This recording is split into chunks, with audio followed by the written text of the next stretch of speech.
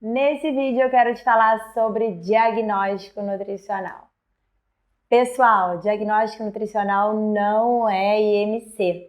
Diagnóstico nutricional não é falar se o paciente tem sobrepeso ou obesidade ou está eutrófico, e muito menos compartimentalizar dizendo que ele está eutrófico segundo o DCT, está desnutrido segundo o CMB. Acho que você já sabe, você que me acompanha por aqui sabe que o diagnóstico nutricional, para a gente realizar um bom diagnóstico, a gente tem que pelo menos envolver A, B, C, D e E. Avaliação antropométrica, avaliação bioquímica, avaliação clínica, avaliação dietética e o exame físico. E claro, a gente já está aí na era genômica da nutrição, a gente tem também a genética como um fator importante para estar fechando o diagnóstico nutricional. Mas eu não quero ficar falando sobre exames laboratoriais, nem história clínica, e muito menos antropométrica nesse vídeo. Eu quero falar sobre o diagnóstico comportamental. Então, eu considero super importante você incluir na sua anamnese, em ficha ou durante a sua consulta, algumas perguntas para avaliar o comportamento do seu paciente. Porque a sua prescrição ela vai mudar muito se você descobrir, por exemplo, que seu paciente tem um comer emocional, ou se o paciente é mais beliscador, ou se ele tem uma síndrome do comer noturno, ou se ele tem uma relação ruim com a comida, ou, por exemplo, se ele já fez várias dietas, isso acarretou em perda e ganho de peso, ou um paciente que se alimenta vendo televisão ou trabalhando na mesa de computador.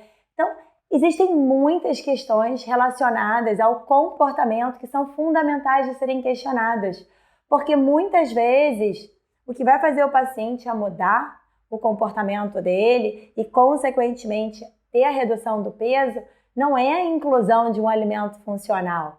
O que vai fazer a grande diferença na vida dele é você trabalhar com as questões comportamentais.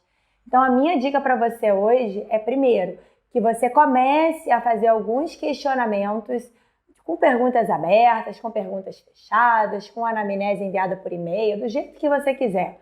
Mas que você reconheça o comportamento do seu paciente e não fique apenas focado na questão digestiva ou nos exames laboratoriais ou em questões de alergia alimentar. A gente precisa ampliar a nossa anamnese, ampliar a nossa conversa com o paciente para poder detectar esses comportamentos disfuncionais que podem estar acarretando, por exemplo, uma baixa adesão ao plano terapêutico. Então, eu particularmente gosto muito de incluir nas minhas consultas a avaliação comportamental e mais do que isso, eu projeto o tratamento do paciente para 6 consultas, para 12 consultas, enfim, vai depender da história dele, mas principalmente trabalhando com questões comportamentais em cada uma dessas consultas, porque não tem como a gente trabalhar com escala de fome e saciedade, com a ferramenta de pensamentos, sentimentos e comportamento, ou com comer intuitivo, ou com comer com atenção plena, ou com comer sem distração, que é uma outra, que é o mindless eating, que é uma outra estratégia, sem que a gente faça um bom diagnóstico clínico no que tange a comportamento. Então, se ficou qualquer dúvida sobre como realizar um diagnóstico com foco no comportamento, deixe seu comentário aqui e eu aproveito e te faço um convite.